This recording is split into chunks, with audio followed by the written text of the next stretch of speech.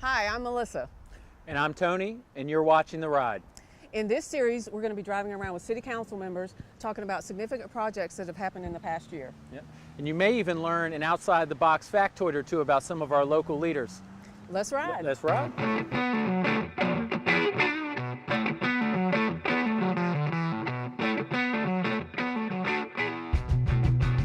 We don't have to ask you. You know, you're a man of the cloth, but also you're an elected official, and there's a history of people in politics using religion to their advantage. And so I have to check and see whether or not you're actually a pastor. Can you name 4 books of the Bible? Yeah, the first book, the second book, and the third book. And then the other 4th book is the 4th book. How's that? Is that good enough for you?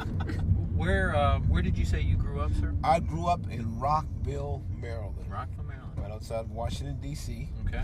I literally moved into my house here February 1, 2010.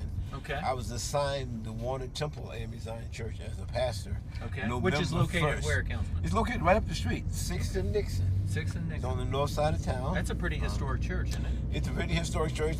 Actually, we will be 100 years old September 2019. Well, I heard that you were a wrestler way back I was in a wrestler. high school. I was a wrestler in high school and college, and I used to be a wrestling coach. So I still sometimes help out with the kids over at Harvard. So you and I are from similar areas in Maryland, from near each other.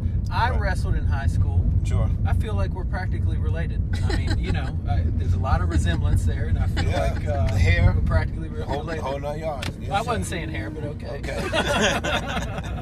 I know you to be a golfer. Well, what's your handicap? I'm first of all, whoever told you I'm a golfer, I've seen it. I've seen you golf. No, You're not as good as Melissa, but I've seen you golf. Of course, I play golf. The only time I play golf is when I'm invited to a tournament. Like the last time I went to play, which was like last Thursday, I couldn't even hit the green if it was the Atlantic Ocean. That's how bad I was playing. Yeah. We've got a full research staff that's been at this, and Right. they did a little. That would be me, Clifford. Okay.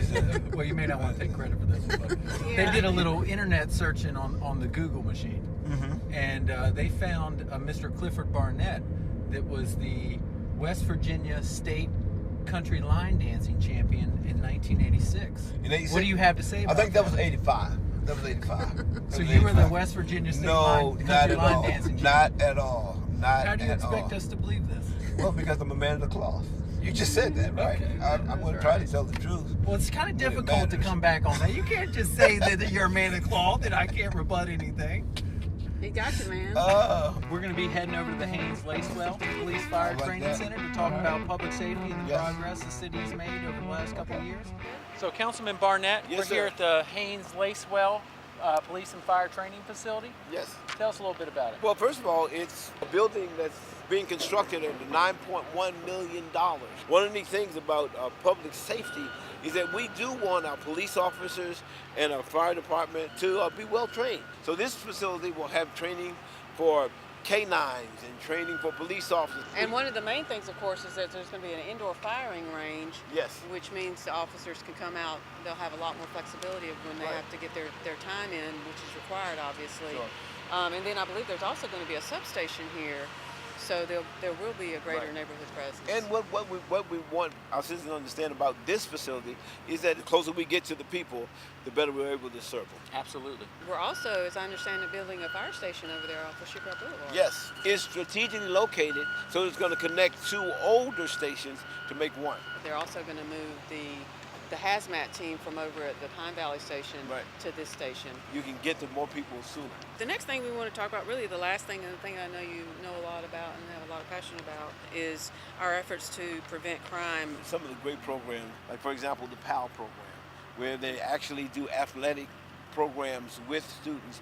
Example at midnight basketball. Yeah. Many of them get out on the floor and get beat by the kids. I mean, no, they get on. No, I mean, I don't want to say that. They get on the floor and they're competitive. They compete. We work with a lot of churches, like the YMCA, the Boys and Girls Club, to provide some of these services like you're talking about to the children, to do more outreach. And I know the council has decided to put more funds in those areas in the last few years. We definitely do, and we need to.